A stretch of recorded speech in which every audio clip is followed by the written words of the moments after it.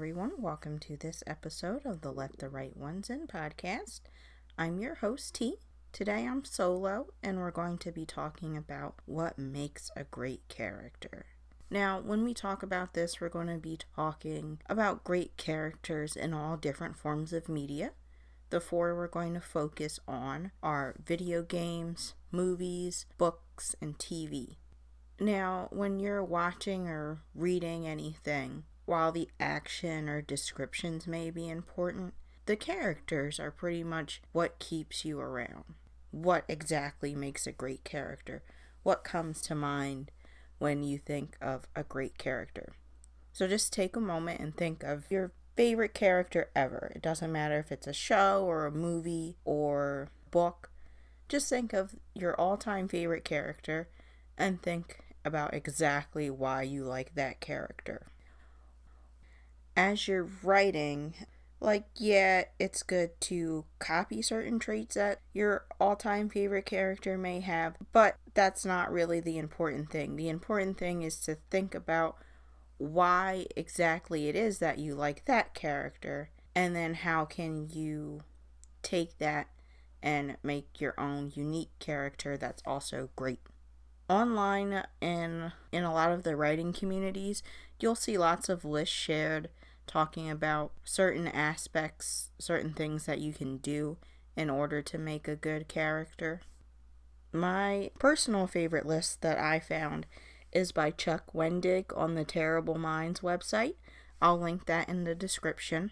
It's a really good list that provides different types of things to consider when you're building your character, what you can use along the way to develop them. I don't agree with everything on the list. For example, I'm not super a fan of them necessarily having a look. It can be important for your character to have a distinct look, but it doesn't have to necessarily be something to incorporate. They could just be an average looking Joe or have nothing really distinctive about them look-wise. But it does help to make a character more memorable for them to have a certain look. So I do see where he's coming from there. But other than that, it is a really good list. So if you do want to check it out, please feel free to. Like I said, it's going to be in the description there. Overall, I personally think a great character is not necessarily someone that you would want to hang out with, but someone that's interesting. And that's not to say they have to be, the Dos Equis guy, the most interesting man or woman in the world, but there has to be something about them that draws a reader's attention, that draws them to them.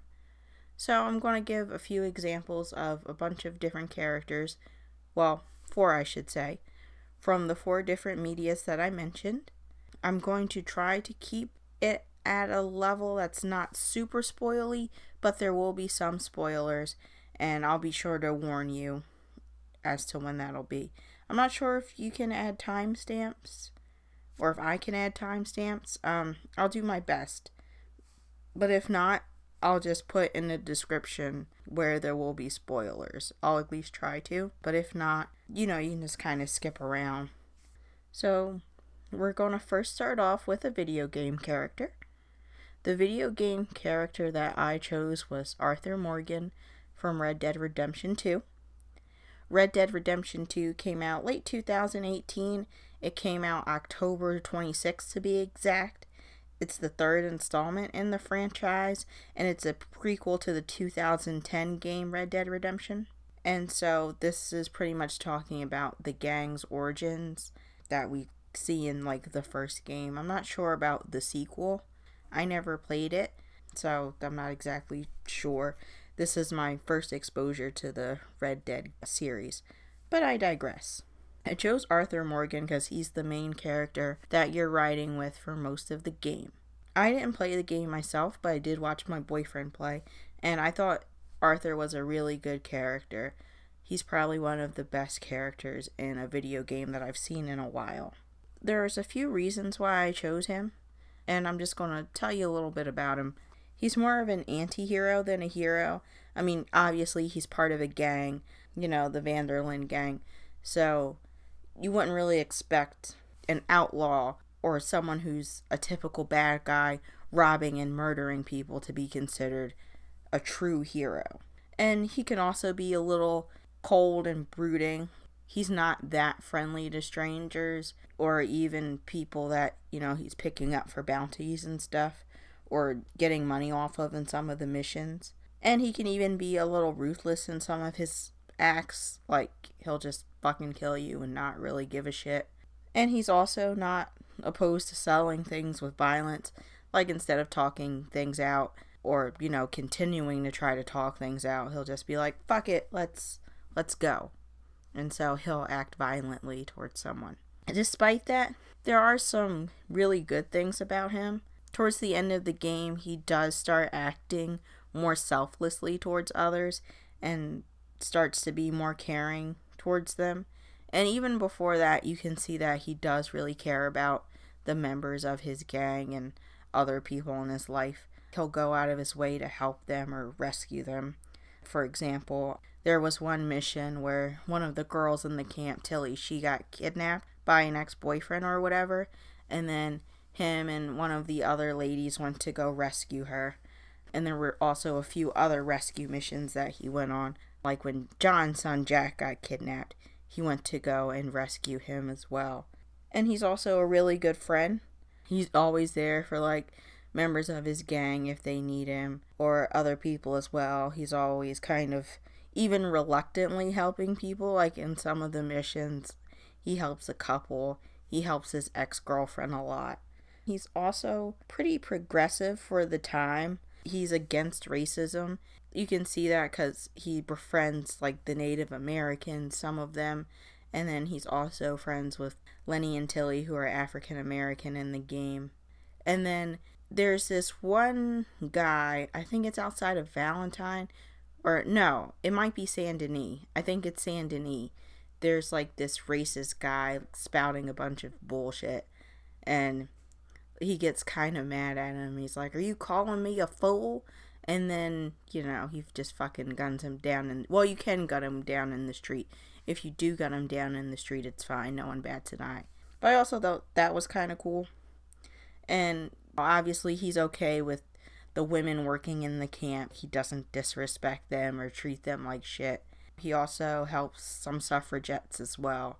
He's obviously a progressive kind of guy, even though he's an outlaw, and typically in that time, people didn't like African Americans and women, so. And of course, he says boy beautifully. Go online and just look at compilations of him saying boy to his horses. Just wonderful. Overall, I really liked Arthur. Despite his flaws and being imperfect, he did try his best. He was very likable, very charismatic. You wouldn't want to fuck with the guy, but you could tell that if he was your friend, that he would really be your friend and look out for you. And I think that's part of what made him interesting. So what we can take away from Arthur's character is that he does have a distinct personality. He's got his flaws, but that makes him human. He's not perfect, just like no one else is perfect. And we can kind of see those flaws as well as some of those positive traits within ourselves in him. So that kind of builds an emotional connection, I would say. We also see him building connections not only with us in that sense, but with those around him. The way he interacts with the other characters. We learn more about him and his feelings, especially about the gang and how things are deteriorating within the gang throughout the game. Overall, I think that what makes him a really good game character. We're going to move on to TV. For TV, I picked a character from an anime. I picked Yumiko Jabami from Kakegurui, Compulsive Gambler. This show is currently on Netflix. Its first season. Season 2 should be coming out hopefully by the summer, since season 2 is currently airing in Japan. It just aired beginning of January. But it first appeared on Japanese TV back in summer 2017, It's also a manga series, so if you don't want to wait around for the anime, you can always check that out.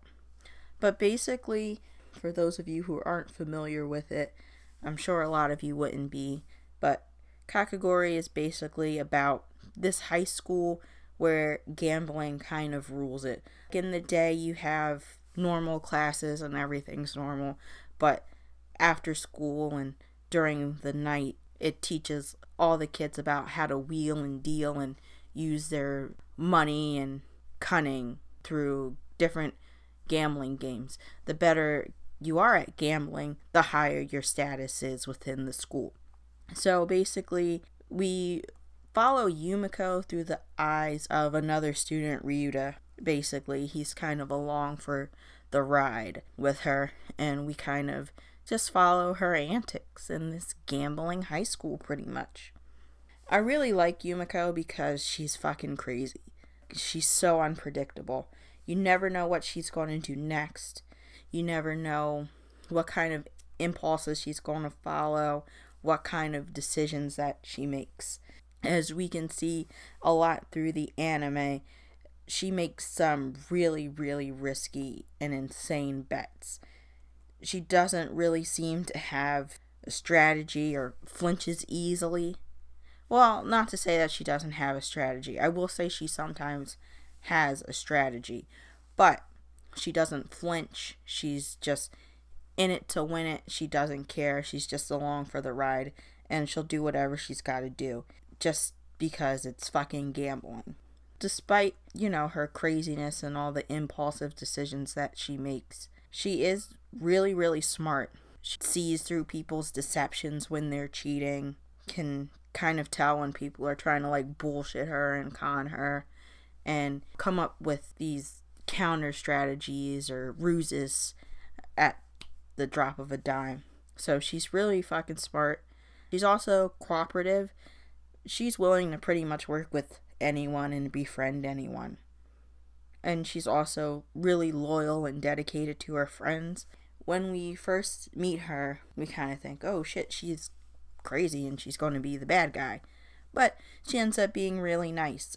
Ryuta, who we're kind of watching Yumiko through his eyes, she helps him out, because when she first comes to the school, he's what's considered a house pet. So basically, those who are in debt for their gambling are considered house pets. So kind of really low tier. They don't have many of the other rights as students. They pretty much get treated like shit.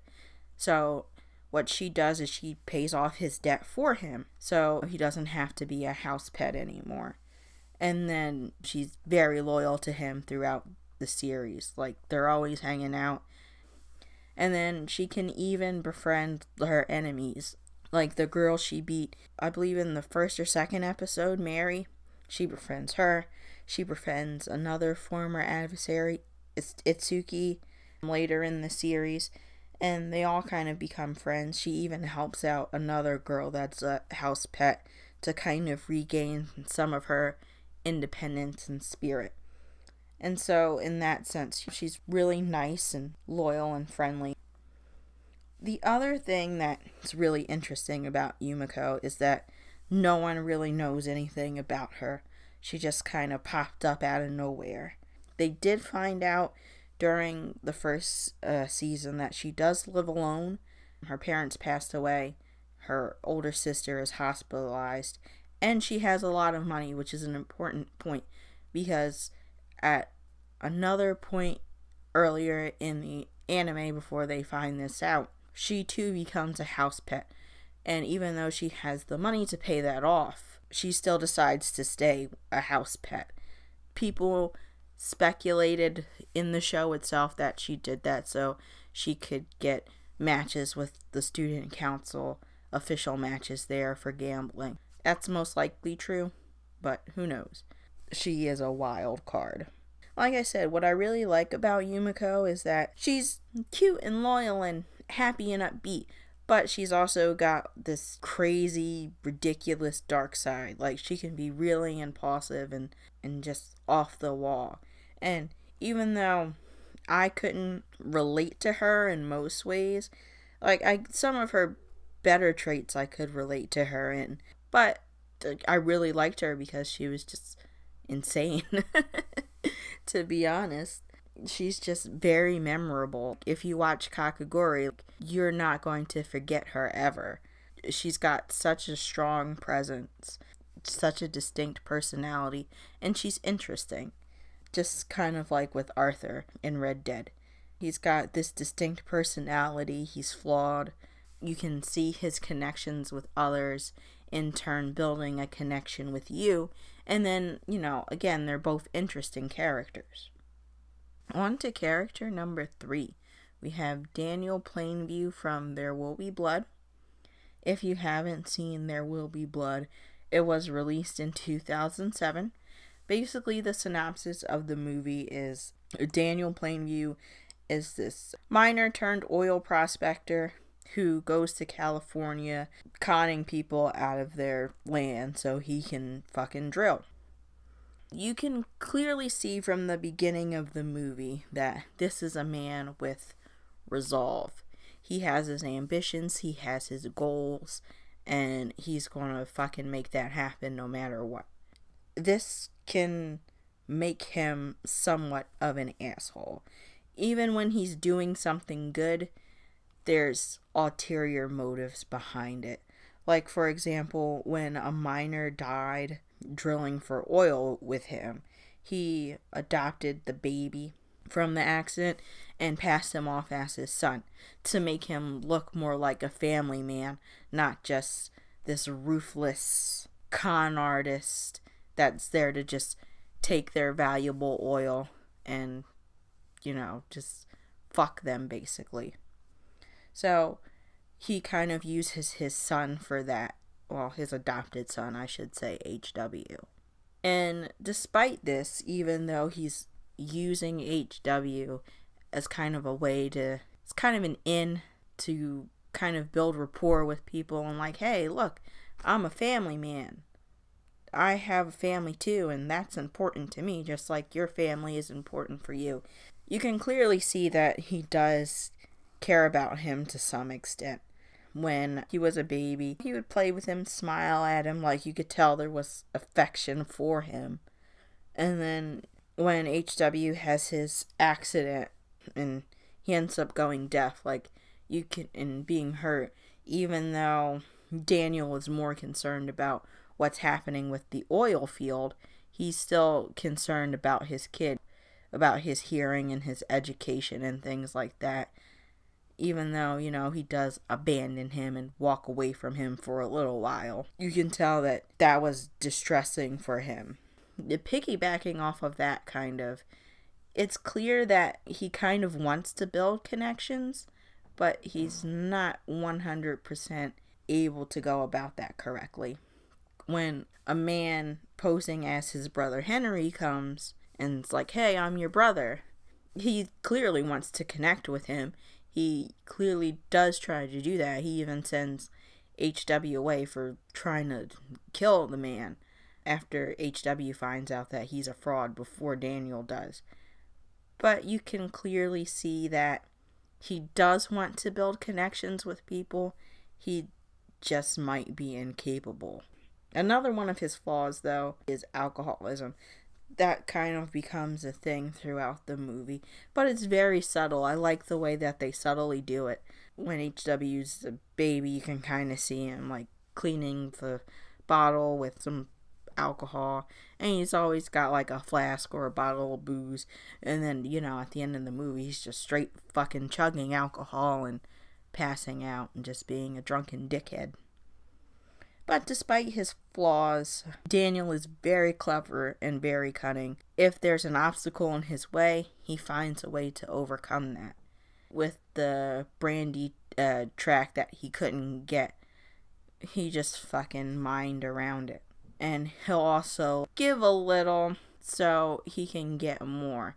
When he talked to the Sundays, he gave them less than what he could for the oil in their land.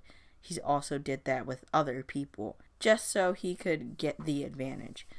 So he's definitely an intelligent man, very clever, very cunning, and of course, because of this, he's so successful. Like, he's got an oil empire.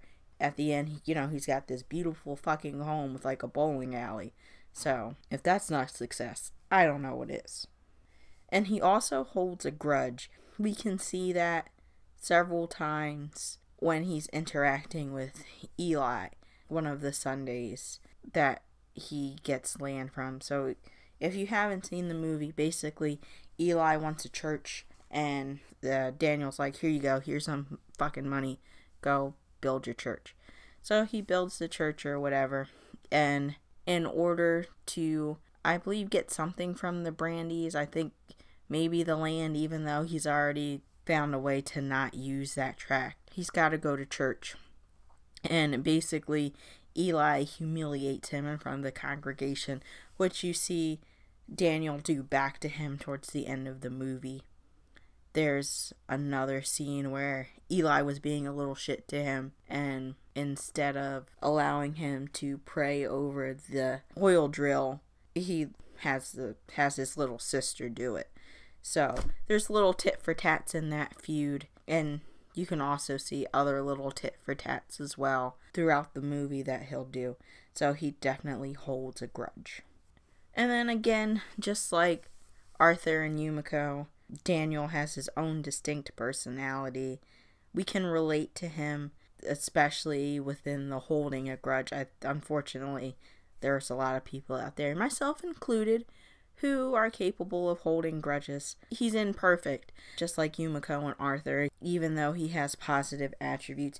And he's interesting. You're always waiting to see what he's going to do next, how he's going to handle a certain situation and overcome certain obstacles. The last character we're going to talk about is Tomie from Junji Ito's manga stories. He's made a book for her, Tomie, and then you could also see her in different shorts. Tomie was first introduced in 1987. Basically, she's a malevolent regenerative entity who has this unexplained ability to just drive people, particularly men, crazy. Once they become attracted to her, they will often murder her or be driven to violent acts because of her. It's not quite the same effect for women, but she does have the ability to fucking ruin a woman's life. She can either do that by taking away a man that they love or causing some other kind of turmoil in their life, effectively ruining the woman's life. She's basically poison. Anything that she touches pretty much rots. Unlike the other three characters, Daniel, Yumiko, Arthur, there's absolutely nothing redeemable about Tomie. She's just a complete bitch. She does things out of spite. She does things to hurt people. And she is basically motivated by her own personal gain and amusement. She doesn't really care about anyone, and she doesn't really care if anyone truly cares about her in return, as long as they're giving her what she wants. And that's like, things like money, jewelry, attention, things like that. But despite this, she is beautiful. She's very, very beautiful. She's probably one of the most iconic characters for their beauty. And that's very, very important to her as well. She's very vain. Even though she's a complete bitch, she is very cunning, she is very smart.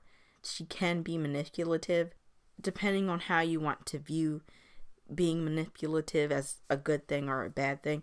Because, yeah, we all know that being manipulative to get your way sucks. However, sometimes being manipulative can be to your advantage. So depending on how you want to view the ability to manipulate people and get them to do what you want, as a positive or a negative, you can take that either way. Overall, though, I did find her very interesting. Just like Yumiko, you didn't know what she was going to do next. You were always waiting to see what her next move was, what she was going to do, how she was going to react in certain situations. And oftentimes you were afraid about what she was going to do or how she was going to react. Because even though some of the men who she did have catch her eye or vice versa, many of the men or people that she did attract to her didn't deserve what they got. It was always interesting seeing her come back, or people trying to defeat her once she came into their lives. So, unlike the other three characters, I wouldn't say she has a distinctive personality. She's kind of a stereotype of, like a bitchy, vain girl. Like, we've all known those girls who, oh, I'm so beautiful. I only care about money and what you can do for me. That kind of a girl. That's pretty much what her personality was. She would do pretty much whatever it would take to survive as well. So, she didn't have too much of a distinct personality, and honestly, I think all of Tomie is flawed. Despite being, intelligent and cunning and beautiful, it makes her ugly. Her obsession with being so beautiful, her obsession with manipulating and outsmarting people and using her intelligence as a weapon against people. Even though being beautiful and cunning and smart are positive attributes, she uses all that in a negative way. There's nothing pretty about her on the inside. But despite that, she was still very interesting. Like I said, you wanted to see what she would do next. She was very intriguing, very good at keeping your attention, especially in the scenes that she was in. Even scenes that she wasn't in, you were kind of worried, like, oh shit, when is this crazy bitch gonna pop up? So, that's pretty much it for the 4 characters that I chose. So, a video game character, a show character, a movie character, and then a book/manga character. Basically, like I've been kind of hinting at throughout and reiterating, is that overall, what makes a great character is the way that they connect with others and ourselves, their distinctive personalities, their flaws, their imperfections, and then of course how interesting they are. And like I said, your character doesn't have to be the Dos Equis guy, but there has to be something about your character that's worth paying attention to. I hope that this does help in a sense to kind of give you an idea of different characters from different backgrounds, different walks of life, men and women. If you would like, because no great character is built in a day, we can talk about how you can develop such a character. And like I said, there are lots of lists out there that can help walk you through it, like the one that I mentioned by Chuck Wendig that I am going to list down in the description. However, you shouldn't just check mark things off of a list. Because if you're just checking things off of a list, like, oh, okay, he's showing emotion, he has a personality, he has a look, he's connecting with others, he's connecting with the readers, he's quirky, he's the quirkiest quirk to ever quirk, then you're just kind of making a cookie cutter character.